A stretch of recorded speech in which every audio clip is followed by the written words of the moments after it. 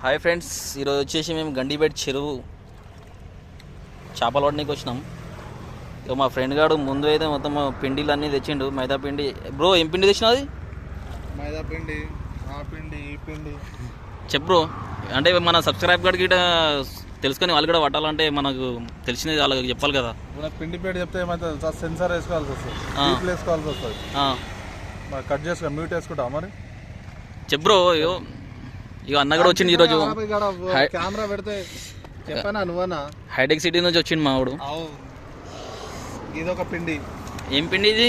ఇది మైదా పిండి. ఇది మైదా పిండి ఫ్రెండ్స్, చూడండి. ఇది గోధుమ పిండి. ఇది గోధుమ పిండి. ఇక్కడ రాసి ఉంటది, ఇది చెప్పే అవసరం లేదు. ఇది బియ్యం పిండి అంట. అదే బియ్యం పిండి ఇడ్లీ చేస్తారు కదా మనము ఇంట్లో రీజన్ గా. అదే ఒకటి పార్లేజీ గిడంగా తీసుకోండి. పార్లేజీ బిస్కెట్ ప్యాకెట్ కూడా తెచ్చింది అనమాట. ఇది మా అందరికన్నా షికారి అదే వేటగాడు వెంటాడు అంటారు ఇతనే.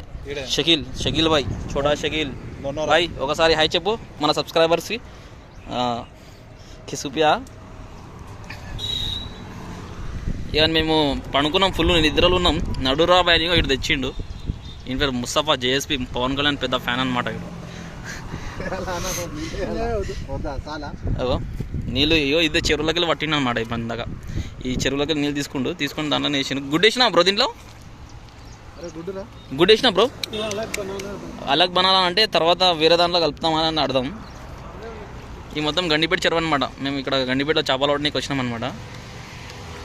మొత్తం కార్నర్లో ఉన్నాం. అంటే ఇది రోడ్కి పక్కకే మనము షికారు చేస్తున్నాం.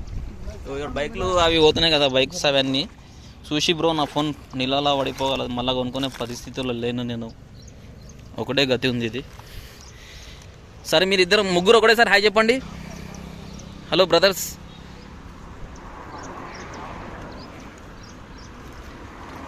ఇక్కడ ఒక్కసారి ఫేస్ట్ అన్నించుకోమ్మా. ఇక్కడ